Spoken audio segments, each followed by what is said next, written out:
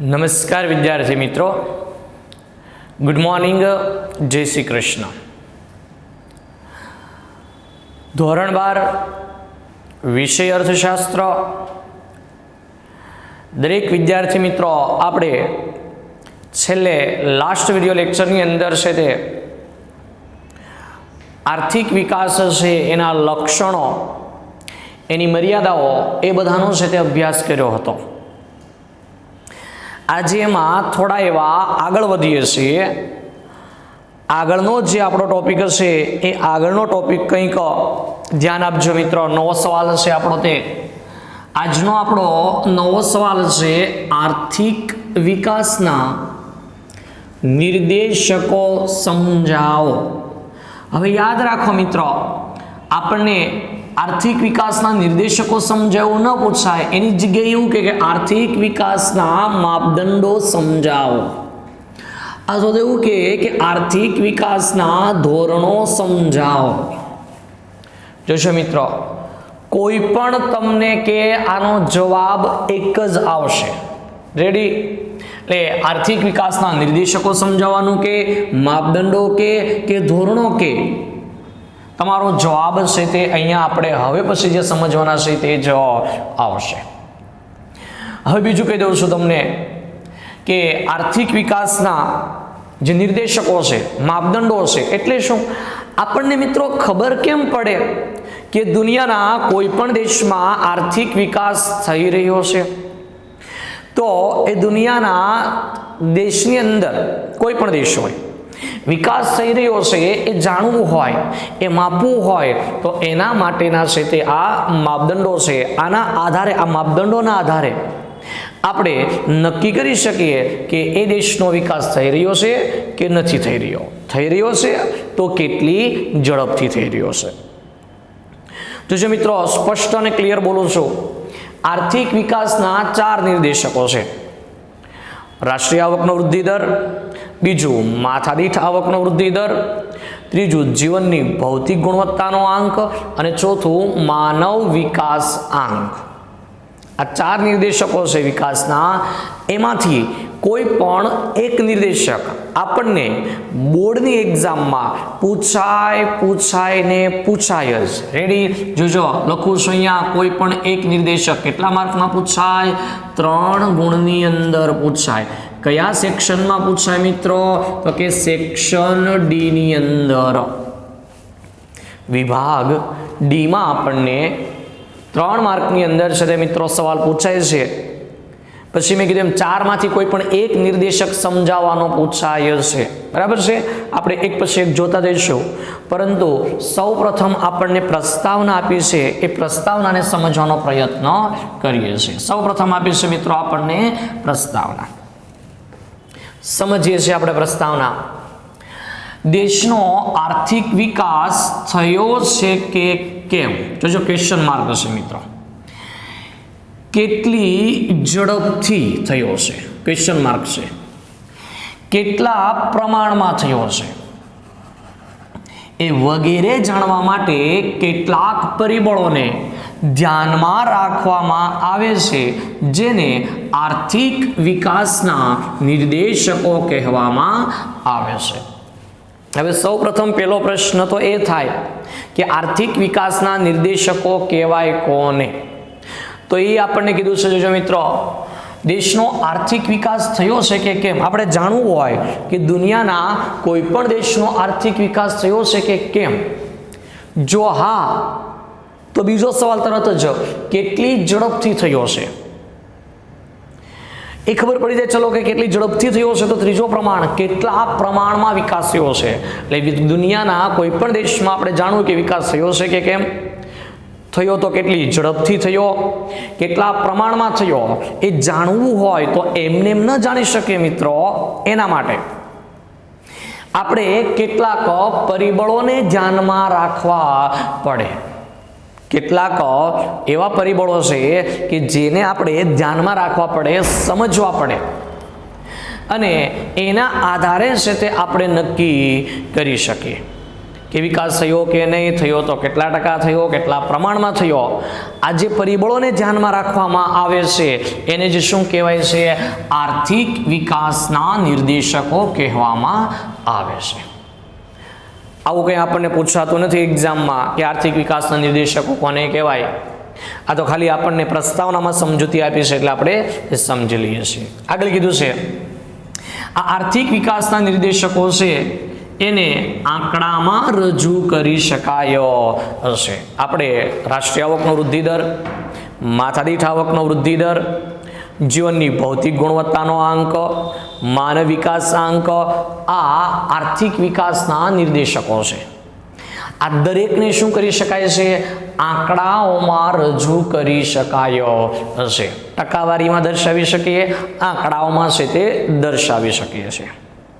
હવે સીધી વસ્તુ છે મિત્રો, આંકડામાં કે ટકાવારીમાં દર્શાવી શકાતા હોવાને કારણે કોઈપણની સાથે આપણે તુલના કરવી હોય, સરખામણી કરવી હોય, બે સમયગાળાની કે બે દેશની કે કોઈ પણ બે રાજ્યની, તો આપણે એ સરખામણી કરી શકીએ છીએ. કેવું કીધું છે જોઈએ છે. આંકડામાં રજૂઆત કરી શકાતી હોવાને કારણે જુદા જુદા બે સમયગાળા, રાજ્ય કે દેશોના આર્થિક વિકાસની તુલના કરી શકાય છે. આંકડાઓની અંદર આપણે મિત્રો રજૂ કરી શકીએ છીએ કે ભાઈ આર્થિક વિકાસનો દર 6% થયો, 7% થયો. માથાદીઠ આવકનો વૃદ્ધિ દર તો કે 2%, 3%, 4%. જીવનની ભૌતિક ગુણવત્તાનો આંક, માનવ વિકાસ આંક બધું જ આંકડામાં રજૂ કરી શકાય છે. હમણાં જ આપણે આ જ ચેપ્ટરમાં ભણવાના છે આગળ.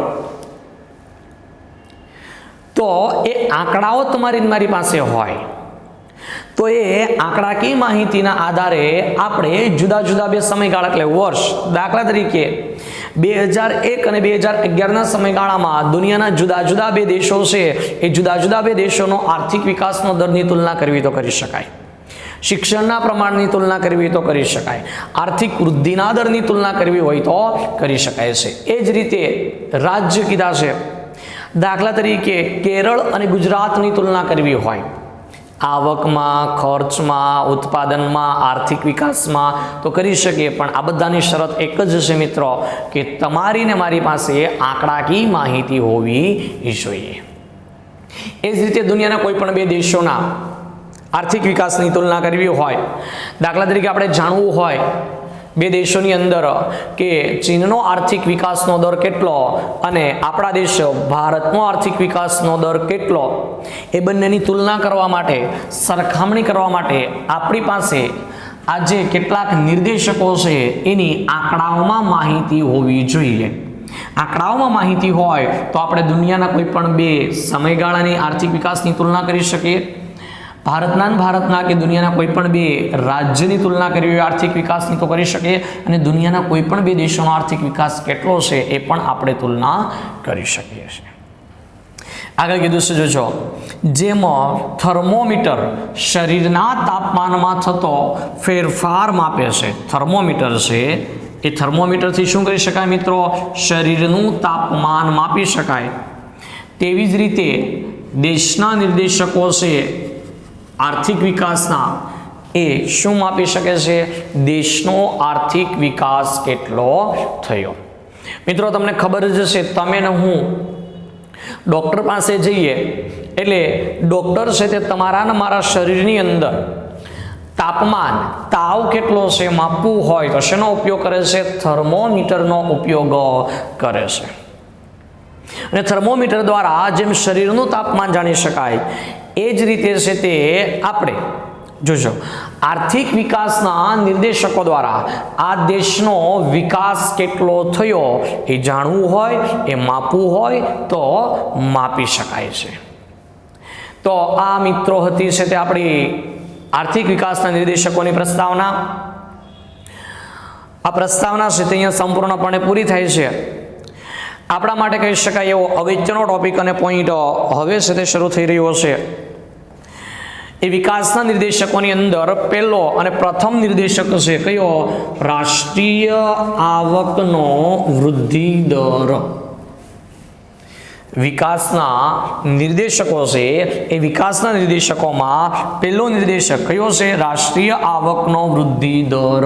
હવે મેં તમને ઉપર કહી દીધું છે તેમ છતાં અહીંયા કહું છું મિત્રો, આપણને કેટલા માર્કમાં પૂછાય? 3 ગુણની અંદર આ સવાલ પૂછાય છે. કયા વિભાગમાં પૂછાય? સેક્શન ડી ની અંદર. રેડી?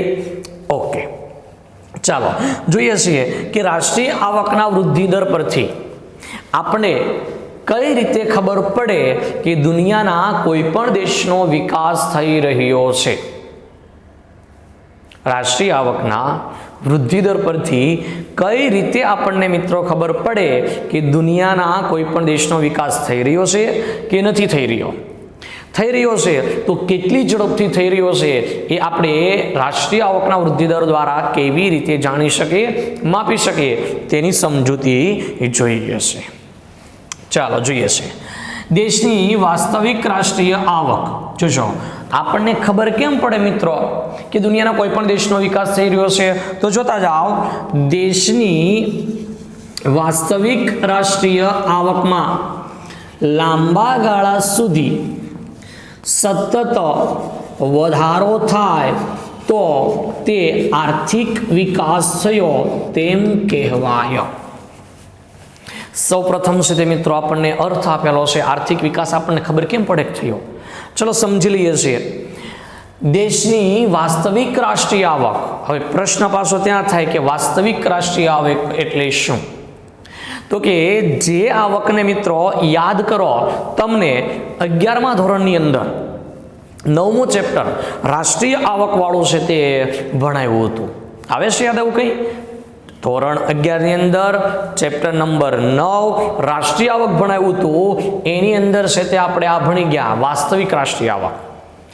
જે આવકને સ્થિર ભાવે ગણવામાં આવે તે આવકને વાસ્તવિક રાષ્ટ્રીય આવક કહેવામાં આવે છે. દેશની જે મિત્રો કુલ ટોટલ આવક હોય એને કયા ભાવે ગણવામાં આવે?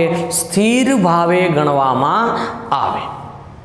હવે આ સ્થિર ભાવે જે આપણી આવક થાય આખા દેશની એ કેવી? લાંબા ગાળા સુધી. લાંબો સમયગાળો એટલે કેટલો સમયગાળો મિત્રો? 5 વર્ષથી લઈ અને 15 વર્ષ સુધીના સમયગાળામાં એ પણ કેવો? સતત વધારો, એક ધારો છે તે વધારો થતો હોય તો એનો સીધો અર્થ એવો થાય કે તે દેશની અંદર શું થઈ રહ્યું છે? આર્થિક વિકાસ થઈ રહ્યો છે એવું આપણે કહી શકીએ. એટલે આને આવું કહેવાય મિત્રો ટૂંકમાં, દેશની વાસ્તવિક રાષ્ટ્રીય આવકમાં એટલે કે સ્થિર ભાવે ગણવામાં આવતી આવકમાં લાંબા સમયગાળા સુધી, લાંબો સમયગાળો એટલે કેટલો? 5 વર્ષથી લઈ અને 15 વર્ષ સુધી સતત જો એક જ વાર વધારો થાય તો મિત્રોને આર્થિક વિકાસ કહેવાય નહીં. એક ધારો છે તે વધારો થવો જોઈએ. ભલે 0.5% દરે જ રાષ્ટ્રીય આવક વધે પણ કેવી? એક ધારી વધતી હોય, સતત વધતી હોય તો એને શું કહેવાય? એ દેશનો આર્થિક વિકાસ થઈ રહ્યો છે એમાં કહી શકીએ આપણે. આગળ કીધું છે, હવે જોશો, એટલે જો રાષ્ટ્રીય આવક ઊંચા દરે વધે, રાષ્ટ્રીય આવક કેવા દરે વધે મિત્રો? ઊંચા દરે વધે તો તે દેશનો વિકાસનો દર પણ કેવો કહેવાય? ઊંચો છે એવું કહેવાય. દુનિયાનો કોઈ પણ દેશ હોય એ કોઈ પણ દેશની અંદર રાષ્ટ્રીય આવકમાં વધારો થાય છે, રાષ્ટ્રીય આવક વધે છે, પણ એ રાષ્ટ્રીય આવક વધે છે એનો દર એટલે ટકાવારી દર કેવો હોય? વધારે હોય. 5%ના દરે વધતી હોય, 7%ના દરે વધતી હોય. તો રાષ્ટ્રીય આવકમાં જે વધારો થાય છે એનો વૃદ્ધિ દર વધારે છે, 5% છે, 7% છે, તો એનો સીધો અર્થ એવો થાય કે એ દેશનો આર્થિક વિકાસનો દર પણ કેવો છે? ઊંચો છે એવો કહેવાય. એનાથી ઉલટું, જો રાષ્ટ્રીય આવક વધતી હોય પણ કેવા દરે? નીચા દરે વધે. રાષ્ટ્રીય આવક વધે છે મિત્રો, જોજો, નથી વધતી એવું નથી કીધું, પણ કેવા દરે વધે છે? નીચા દરે વધે તો આર્થિક વિકાસનો દર કેવો કહેવાય? નીચો કહેવાય. જો કોઈ પણ દેશની રાષ્ટ્રીય આવક ઊંચા દરે, વધારે દરે વધે તો એ દેશનો આર્થિક વિકાસનો દર પણ ઊંચો અથવા તો વધારે. એનાથી ઉલટું, દેશનો રાષ્ટ્રીય આવક વધે પણ કેવા દરે વધે? નીચા દરે. 2%ના દરે રાષ્ટ્રીય આવક વધતી હોય, 2.5%ના દરે રાષ્ટ્રીય આવક વધતી હોય તો આ વધે છે નો ડાઉટ, પણ કેવા દરે વધે છે? ધીમા દરે વધે છે. નીચા દરે વધે છે તો એ દેશનો વધારો થાય છે રાષ્ટ્રીય આવકમાં, એટલે આર્થિક વિકાસ થઈ રહ્યો છે એમ જ કહેવાય. પણ કેવા દરે? નીચા દરે આર્થિક વિકાસ થઈ રહ્યો છે એવું કહેવાય. ત્રીજું સ્ટેપ કીધું છે મિત્રો, જો રાષ્ટ્રીય આવકમાં વધારો ન થાય, રાષ્ટ્રીય આવક વધે નહીં, એટલે મિત્રો એવું નથી સમજવાનું કે જેટલી હોય એટલી ને એટલી જ રહે. નેવર, ક્યારેય નહીં. વધારો ન થાય એટલે કે વધારો થતો હોય પણ કેવો હોય?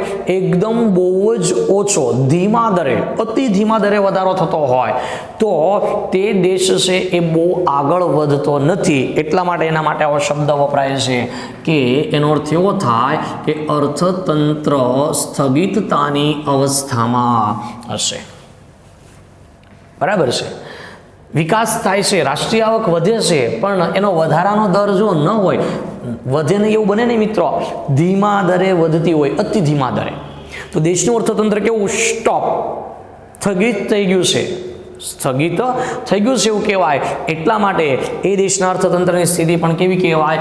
સ્થગિતતાની સ્થિતિ કે અવસ્થા છે એવું કહેવાય. ચોથો માપદંડ કીધો છે, જો રાષ્ટ્રીય આવકમાં ઘટાડો થાય. હવે રાષ્ટ્રીય આવક કેવી થાય? જો પહેલા ઊંચા દરે વધતી હતી, પછી નીચા દરે વધે, પહેલા ઊંચા દરે પછી નીચા દરે, ત્રીજા સ્ટેપમાં સ્થિર થાય, ચોથા સ્ટેપમાં કેવી થાય? ઘટે. રાષ્ટ્રીય આવક વધતી નથી, હવે કેવી થાય છે મિત્રો? ઘટે છે. જો રાષ્ટ્રીય આવકમાં ઘટાડો થાય તો આર્થિક વિકાસમાં પીછેહઠની સ્થિતિ છે એવું કહેવાય. દેશનો આર્થિક વિકાસ ઘટ્યો કહેવાય મિત્રો. માની લો કે આપણા દેશની અંદર 7% દરે આર્થિક વિકાસ થતો હોય. કેટલા ટકાના દરે થતો હોય? 7% દરે વિકાસ થતો હોય, રાષ્ટ્રીય આવક વધતી હોય. હવે રાષ્ટ્રીય આવકનો વધારાનો દર ઘટી જાય છે અને દર વર્ષે કેટલા? 5%ના દરે જ રાષ્ટ્રીય આવકમાં વધારો થાય છે. તો પહેલા કેવું હતું? વધારે દરે રાષ્ટ્રીય આવક વધતી હતી. કેટલા દરે? 7%ના દરે. અત્યારે પણ રાષ્ટ્રીય આવક વધે છે, પણ કેટલા ટકાના દરે? 5%ના દરે. એટલે 2%નો શું થયો મિત્રો? પહેલા કરતા ઘટાડો થયો. એટલા માટે એવું કહેવાય કે આર્થિક વિકાસમાં અર્થતંત્ર પાછળ ગયું છે, પીછેહઠ છે એવું કહેવાય. આગળ કીધું છે એટલે એવું કહી શકાય મિત્રો કે રાષ્ટ્રીય આવકની ગણતરી નાણાકીય આવકમાં, નાણાકીય આવકમાં એટલે કઈ? તો કે બજાર ભાવે થતી નથી. યાદ રાખો આ બધું તમને 11મા ધોરણની અંદર જ મિત્રો શું કરી દીધું છે? ભણાવી દીધું છે 9મા ચેપ્ટરમાં કે ક્યારે જો માથાદીઠ આવક હોય કે રાષ્ટ્રીય આવક હોય, જો એ બજાર ભાવે ગણવામાં આવે તો એને કઈ કહેવાય? નાણાકીય આવક કહેવાય. અને સ્થિર ભાવે ગણવામાં આવે તો એને કેવી કહેવાય? વાસ્તવિક આવક કહેવાય. અને યાદ રાખો મિત્રો, હંમેશા માથાદીઠ અથવા તો રાષ્ટ્રીય આવક હોય એને ક્યારેય બજાર ભાવે ગણવામાં આવતી નથી. માથાદીઠ આવક હોય તો પણ ભલે, અને દેશની રાષ્ટ્રીય આવક હોય તો પણ ભલે, એને ક્યારેય બજાર ભાવે ગણવામાં આવે નહીં. હંમેશા એને છે તે કયા ભાવે ગણવામાં આવે છે? સ્થિર ભાવે ગણવામાં આવે ને. એટલા માટે એને કઈ કહેવાય? વાસ્તવિક આવક કહેવાય છે. રેડી? ઓકે, ચલો હવે ધ્યાન આપજો. આપણને છે તે મિત્રો કોષ્ટક આપેલું છે. એ કોષ્ટકની અંદર શું આપેલું છે? જુદા જુદા દેશ આપેલા છે અને એ દેશનો 2014ના વર્ષમાં રાષ્ટ્રીય આવકનો વૃદ્ધિ દર કેટલા ટકા હતો તે આપણને અહીંયા સમજૂતી આપી છે. જુદા જુદા દેશ આપેલા છે આપણને મિત્રો. એ દેશનો વર્ષ 2014ની અંદર રાષ્ટ્રીય આવકમાં થતો વધારાનો દર કેટલા ટકા હતો તે પણ આપણને અહીંયા સમજાવવામાં આવ્યું છે. તો એને સમજવાનો પ્રયત્ન આપણે કરીએ છીએ. ચલો, સૌપ્રથમ દેશ આપ્યો છે, બીજું કીધું છે રાષ્ટ્રીય આવકનો વૃદ્ધિ દર, પણ શેમાં આપેલો છે મિત્રો? ટકાવારીમાં. રાષ્ટ્રીય આવકનો વૃદ્ધિ દર આપ્યો છે શેમાં? ટકાવારીમાં. કયા વર્ષની માહિતી છે? 2014ની. એ લખેલું છે કૌંસમાં મિત્રો, તમારી ચોપડીમાં જોતા જજો એટલે તમને ખબર પડશે. રેડી? ઓકે, ચાલો જઈએ છીએ. નોર્વે છે એ નોર્વેનો રાષ્ટ્રીય આવકનો વૃદ્ધિ દર કેટલો હતો? 2.2% હતો. જ્યારે અમેરિકાનો 2014માં રાષ્ટ્રીય આવકનો વૃદ્ધિ દર કેટલો હતો? એના કરતાં વધારે, એટલે કેટલો? 2.4% હતો. હવે જોજો, નોર્વે અને અમેરિકાનો રાષ્ટ્રીય આવકનો વૃદ્ધિ દર કેવો છે? ઓછો છે. એ એટલા માટે ઓછો છે મિત્રો કે આ બંને દેશ કેવા છે? વિકસિત દેશ હશે. કેવા દેશ છે? વિકસિત દેશ હશે. અને અહીંયાથી જોજો હવે વધારે હશે. શ્રીલંકાથી ચીન, ભારત અને પાકિસ્તાનના દેશોનો રાષ્ટ્રીય આવકનો વૃદ્ધિ દર કેવો છે? વધારે હશે. વધારે હશે તેવું નથી સમજવાનું કે નોર્વે અને અમેરિકા કરતાં આપણા આ દેશો છે તે વિકસિત હશે, વધારે આગળ છે, નહીં. કેમ? આ બધા દેશો છે કેવા છે? વિકાસશીલ દેશો છે. કેવા દેશો છે? વિકાસશીલ દેશો. ક્યાંથી? અહીંયાથી તે આ બાજુના બધા. શ્રીલંકાનો રાષ્ટ્રીય આવકનો વૃદ્ધિ દર 2014માં કેટલો હતો? 4.5%. જ્યારે ચીનનો છે તે રાષ્ટ્રીય આવકનો વૃદ્ધિ દર એનાથી વધારે કેટલો હતો? 7.3%. ભારતનો છે તે રાષ્ટ્રીય આવકનો વૃદ્ધિ દર કેટલો હતો? 7.3%. એટલે જો ચીન અને ભારત આ બંને દેશોનો રાષ્ટ્રીય આવકનો વૃદ્ધિ દર કેવો છે? સરખો છે. અને પાકિસ્તાનનો છે તે રાષ્ટ્રીય આવકનો વૃદ્ધિ દર કેટલો છે? 4.7% જેટલો હશે. હવે આ જે આપણને મિત્રો કોષ્ટકમાં માહિતી આપી છે એના પરથી આપણે શું નક્કી કરી શકીએ તે જોઈશું. બરાબર છે? જો આપણે કેટલાક બાબતો કેવી રીતે કહી શકાય કે આ કોષ્ટક પરથી નોર્વે અને અમેરિકા છે, નોર્વે અને અમેરિકાનો રાષ્ટ્રીય આવકનો વૃદ્ધિ દર ઓછો છે, 2 થી 3% જેટલો જ હોય. એનું કારણ કહી દઉં તમને મિત્રો. વિકસિત દેશ છે એ વિકસિત દેશો છે એનો વિકાસ સંપૂર્ણપણે થઈ ગયો હોય એટલા માટે એ દેશોનો રાષ્ટ્રીય આવકનો વૃદ્ધિ દર હાઈએસ્ટ 2 થી 3% જેટલો હોય, એનાથી વધારે હોય નહીં. જ્યારે શ્રીલંકા, ચીન, ભારત અને પાકિસ્તાન એ વિકાસમાન દેશો છે, હજી વિકાસ તરફ આગળ વધી રહ્યા છે, ત્યારે એ દેશોનો રાષ્ટ્રીય આવકનો વૃદ્ધિ દર નોર્વે અને અમેરિકા કરતાં વધારે હશે. જ્યારે ભારતની વાત કરીએ મિત્રો તો ભારતનો રાષ્ટ્રીય આવકનો વૃદ્ધિ દર શ્રીલંકા, પાકિસ્તાન, નોર્વે અને અમેરિકા કરતાં કેવો છે? વધારે છે. તો આનો સીધો અર્થ એવો થાય મિત્રો, યાદ રાખો કે ભારત એ દુનિયાની અંદર ઝડપથી વિકસતા દેશોની અંદર છે તે સ્થાન પામી રહ્યો છે. રાષ્ટ્રીય આવકમાં વધારો થાય મિત્રો અને આખા દેશની રાષ્ટ્રીય આવક 7.3%ના દરે દર વર્ષે વધતી હોય તો એ બાબત બહુ જ સારી કહેવાય, જે દુનિયાના અન્ય કોઈ પણ દેશમાં વધતી નથી. એટલે દુનિયાની અંદર સૌથી ઝડપથી વિકસતા અર્થતંત્રમાં આપણો ભારત દેશ છે એ સ્થાન પામે છે એવું કહેવાય. હવે બીજો એક વિશ્લેષણનો મુદ્દો યાદ રાખો. નોર્વે અને અમેરિકા કરતાં આપણા દેશનો રાષ્ટ્રીય આવકનો વૃદ્ધિ દર 7.3% છે. તો એવું નથી સમજવાનું કે નોર્વે અને અમેરિકા કરતાં ભારત અને ચીન છે તે વધારે વિકસિત છે, ક્યારેય નહીં. આ વિકસિત દેશો છે, વિકાસ થઈ ગયો છે, એમાં વૃદ્ધિનો દર ઓછો હોય છે. તો આ હતો મિત્રો છે તે આપણો આર્થિક વિકાસના નિર્દેશકોનો પહેલો માપદંડ. એ કયો હતો? રાષ્ટ્રીય આવકનો વૃદ્ધિ દર. કેટલા માર્કની અંદર પૂછાય છે? આપણને 3 ગુણની અંદર છે તે પૂછાય છે. બરાબર છે? ઓકે, ચાલો. મર્યાદા કીધી છે રાષ્ટ્રીય આવકના વૃદ્ધિ દરની કે જ્યારે આપણે રાષ્ટ્રીય આવકના વૃદ્ધિ દર પ્રમાણે દેશના કે દુનિયાના કોઈ પણ દેશનો વિકાસ થયો કે નથી થયો એ જાણવું હોય, એ માપવું હોય તો કેટલીક મુશ્કેલીઓ છે. એમાં પહેલું કીધું છે રાષ્ટ્રીય આવકની ગણતરીની મુશ્કેલી. પહેલું કીધું છે રાષ્ટ્રીય આવકની ગણતરીની મુશ્કેલીઓ. તો હવે રાષ્ટ્રીય આવક ગણતરી કરતી વખતે કઈ કઈ મુશ્કેલીઓ પડે તમને કહી દીધું છે, હમણાં જ કીધું. 9મા ચેપ્ટરમાં 11મા ધોરણમાં ભણાવી દીધું છે. એનું એ જ બેઠું છે કે રાષ્ટ્રીય આવકની ગણતરીની મુશ્કેલીઓ 11મા ધોરણમાં અલગ હોય અને 12મા ધોરણમાં બદલાઈ જાય નહીં. રેડી? જોતા જઈએ છે. ચલો, સૌ પ્રથમ કીધું છે બેવડી ગણતરી. રાષ્ટ્રીય આવક ગણતરી કરતા હોઈએ ત્યારે ખાસ ધ્યાન રાખવાનું છે કે એકની એક આવક છે તે 2 વાર ગણાઈ જાય છે. તો ધ્યાન રાખવાનું કે એકની એક આવક છે તે 2 વાર ગણાવી જોઈએ નહીં. બીજું કીધું છે સ્વવપરાશની વસ્તુઓ. રાષ્ટ્રીય આવકની ગણતરી કરતી વખતે સ્વવપરાશની વસ્તુઓ છે એને ગણતરીમાં લેવી કે ન લેવી એની છે તે સમસ્યા છે, એની મુશ્કેલી છે. તો કદાચ તમને ખ્યાલ હશે કે આપણા ભારતની અંદર છે તે સ્વવપરાશ માટે રાખવામાં આવતી વસ્તુઓ છે ને ક્યારે ગણતરીમાં લેવામાં આવતી નથી. ક્યારે? જ્યારે રાષ્ટ્રીય આવકની ગણતરી કરીએ ત્યારે. આગળ કીધું છે કરચોરી, કરટાળો, સાટા પદ્ધતિ. કરચોરી. આપણા દેશની અંદર કેટલા બધા લોકો એવા છે કે જેની આવક વધારે છે. ઇન્કમ ટેક્સના સ્લેબ પ્રમાણે એણે આવકવેરો ભરવો પડે, ટેક્સ. પણ કેટલાક લોકો એવા છે કે જેની આવક છે એમાંથી ટેક્સ તો ભરે છે પણ કરચોરી એટલે કેવો ઓછો ટેક્સ ભરે છે.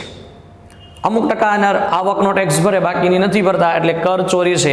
એના કારણે આપણને ક્યારે રાષ્ટ્રીય આવક સાચી મળતી નથી. બીજું છે કરટાળો. આપણા ભારત જેવા વિકાસમાન દેશોની અંદર છે તે કરટાળોની પદ્ધતિ જોવા મળે. કેમ? તો કે મોટા ભાગના લોકો એવા છે જે એવું સમજે છે કે કોઈ પણ પ્રકારનો 1 રૂપિયો પણ ટેક્સ ભરવાનો નહીં. આવક એની કેવી હોય, ઇન્કમ ટેક્સની નક્કી કરી લેવી એના કરતાં વધારે જ હોય, ટેક્સ ભરવા પાત્ર થતી હોય, પરંતુ તેમ છતાંય આવક ઓછી છે એવું કરીને છે તે લોકો ટેક્સ ભરતા નથી. એના લીધે પણ ક્યારે આપણે રાષ્ટ્રીય આવક સાચી મળતી નથી. ત્રીજું કીધું છે સાટા પદ્ધતિ. એક વસ્તુના બદલામાં બીજી વસ્તુ મેળવવી, આને કહેવાય મિત્રો સાટા પદ્ધતિ. તમે કે હું કોઈને એક વસ્તુ આપી અને બદલામાં બીજી વસ્તુ આપણને આપે તો આને કઈ પદ્ધતિ કહેવાય? સાટા પદ્ધતિ કહેવાય. સાટા પદ્ધતિથી હજી પણ આપણા ભારત દેશના કેટલાક પ્રદેશોમાં વ્યવહાર થાય છે. અમુક વ્યવહારો ગ્રામીણ વિસ્તારોમાં, તો એ સાટા પદ્ધતિથી થયેલા વ્યવહારોની પણ ક્યાંય નોંધ થતી નથી. એટલે પણ આપણને ક્યારે સાચા આર્થિક વ્યવહારો મળી શકે નહીં. ત્યાર પછી કીધું છે આપણને નિરક્ષરતા. આપણા દેશની અંદર 20 થી 30% લોકો હજી એવા છે કે જે કોઈ પણ પ્રકારનું જ્ઞાન, ગણતરી કે ભણેલા નથી. એટલા માટે એ લોકો આવક અને જાવકના કોઈ પણ પ્રકારના હિસાબો રાખતા નથી. એ નિરક્ષરતાને લીધે પણ ક્યારે રાષ્ટ્રીય આવક સાચી જાણી શકાતી નથી. આગળ કીધું છે ઘસારો જાણવાની મુશ્કેલી.